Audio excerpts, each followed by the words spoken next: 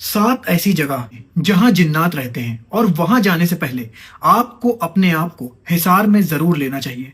दोस्तों, पहली जगह है बाथरूम। बाथरूम में जिन्नात रहते ही हैं।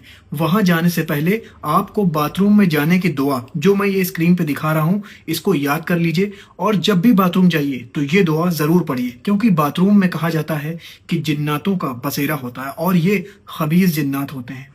दोस्तों, दूसरा है कब्रिस्तान।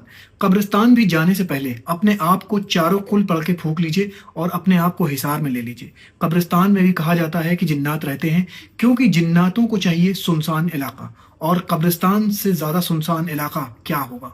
और तीसरा है जंगल। जब आपका कभी गुजर जंगल से हो तो खुद को चारों कुल पढ़कर अपने आप को हिसार में ले लीजिए, क्योंकि दोस्तों जंगल में भी कहा जाता है कि जिन्नात रहते हैं। चौथा है खाली जगह, जैसे कोई खाली बिल्डिंग हो गई, कोई खाली घर हो गया जहां 40 दिन से ज्यादा चिराग न जला हो। अगर आप वहां जाते हैं तो चारों कुल पढ़कर अपने आप पे जरूर फूंक लीजिए दोस्तों, क्योंकि ऐसी जगहों पर जिन्नात जरूर रहते हैं। पांचवा दोस्तों है अंधेरी जगह। अगर आप कोई ऐसी अंधेरी जगह में जा रहे हैं, कोई ऐसी जगह जहां पर रोशनी आने का कोई जरिया ना हो, जहां सीलन रहती हो, जहां पे हल्की सी आपको ठंड महसूस हो, अगर आप ऐसी जगहों पर जाते हैं तो सबसे पहला काम करिए कि चारों कुल और आयतल कुर्सी पढ़कर अपने आप को हिसार में ले लीजिए। ऐसी जगह है जहां पर मोमिन जिन्नात रहते हैं। ये अच्छे किस्म के जिन्नात होते हैं जो मस्जिद में आया करते हैं नमाज पढ़ने के लिए। कभी कभी ऐसा होता है कि हमारे और आपके बगल में खड़े होकर जिन्नात नमाज पढ़ रहे होते हैं और हमें पता भी नहीं होता है।